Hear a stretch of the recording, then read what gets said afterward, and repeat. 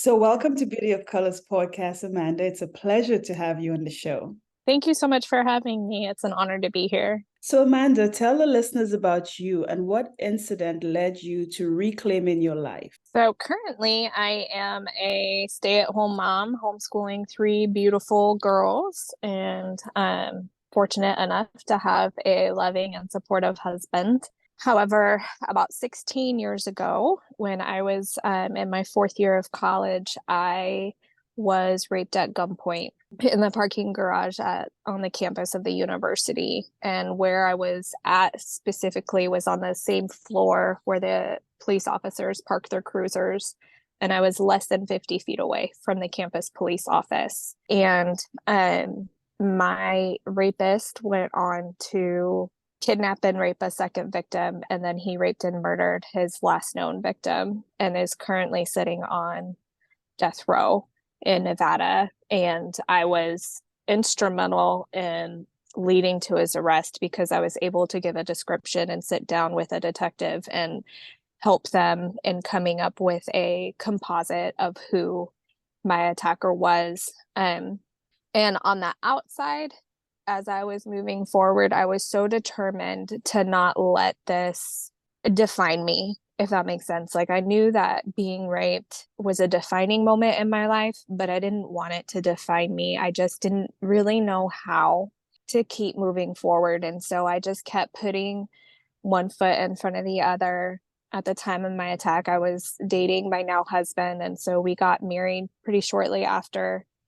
I finished college, started making a family, and everyone who was aware of my circumstances gave me accolades for being such a survivor and for moving on.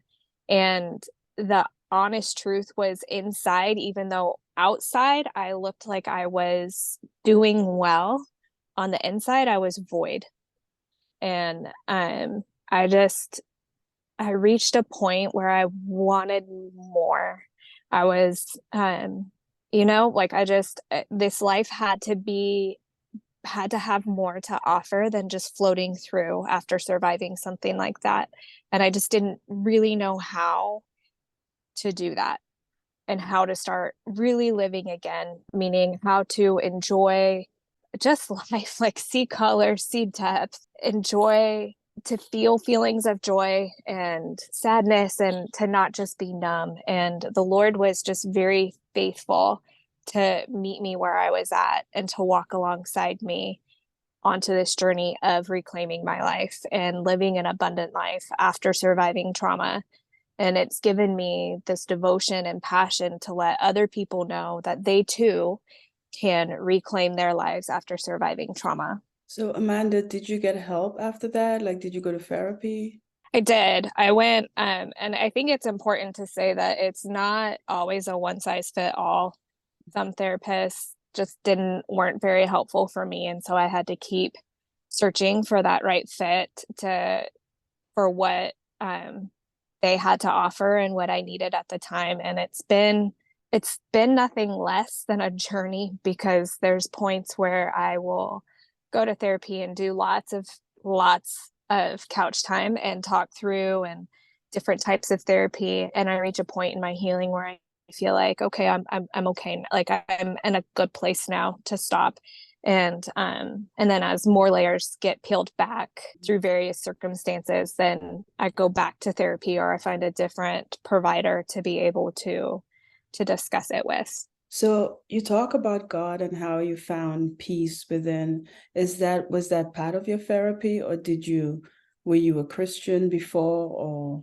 I was a Christian before, and it's probably understandable that my faith really struggled. I struggled a lot with my faith after surviving something like that, and I was really, really mad at God. And so I've been to a variety of different therapists. I've gone to prayer-based therapy, and I've gone to like traditional talk therapy and stuff. And I think both really have their place.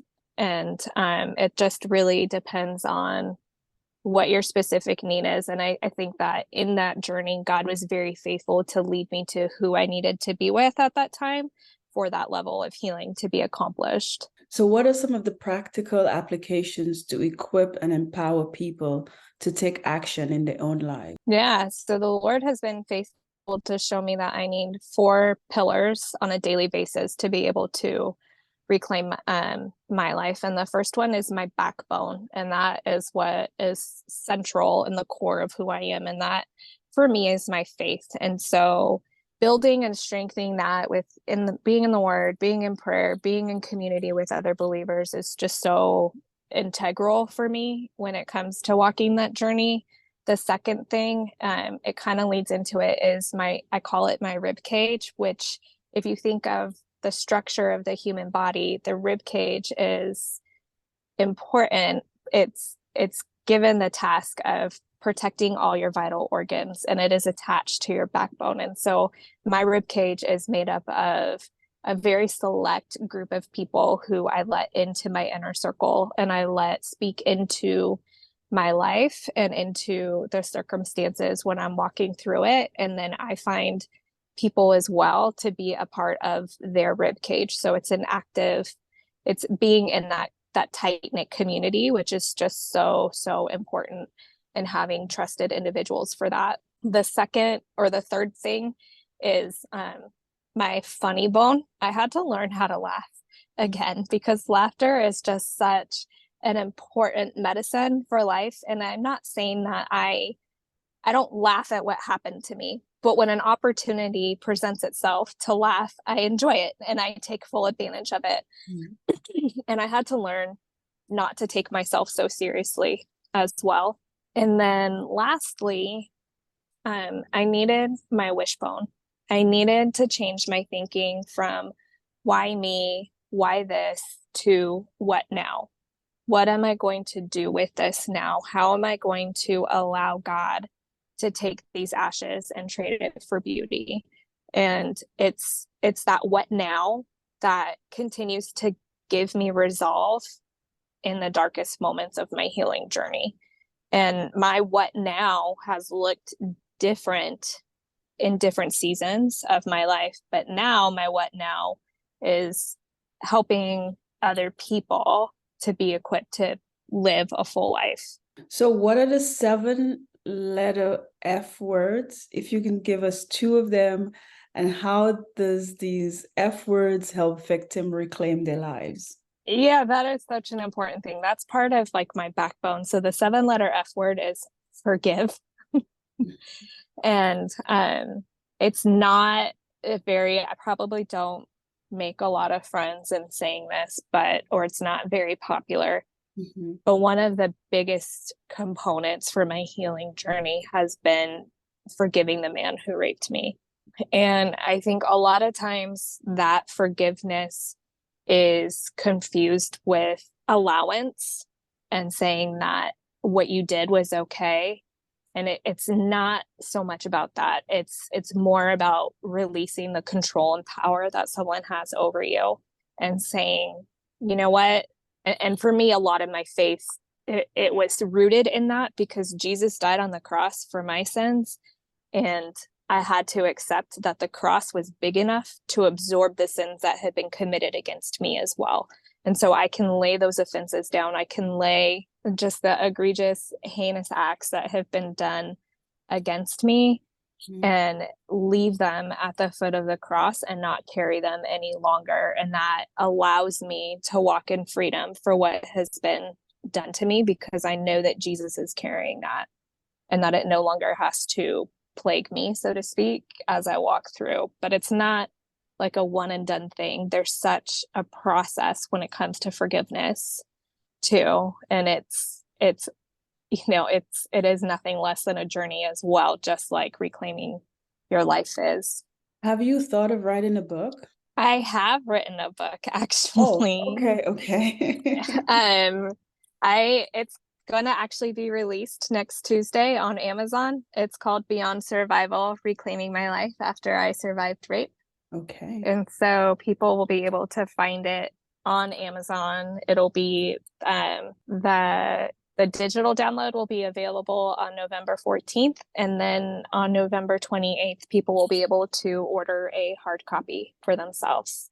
Wow, great. Okay. I thought about it. I'm like, does she have a book or not? Okay. Yeah, yeah. It was a long time coming. It had been on my heart for a long time to write it, and over the last 3 years I've worked tirelessly at it. And so I'm finally able to send the message that God has given me out to the world. And I pray that a lot of people find freedom and healing in it, and that loved ones who are coming alongside survivors feel better equipped to know how to effectively and lovingly walk alongside that journey within like the rib cage of their people.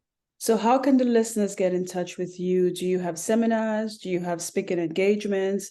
What is your website? My website is www.amandacollinsjohnson.com, and my Instagram is tearspeak07, same as my Facebook. Tears stands for Teaching and Empowering Assault Rape Survivors. It's a nonprofit that I'm launching up off the ground, and I do lots of speaking engagements when I'm invited. I do my best to go wherever I'm invited, and so if any of the listeners are interested in having me as a speaker, I would love to have the opportunity to serve the community that they're in.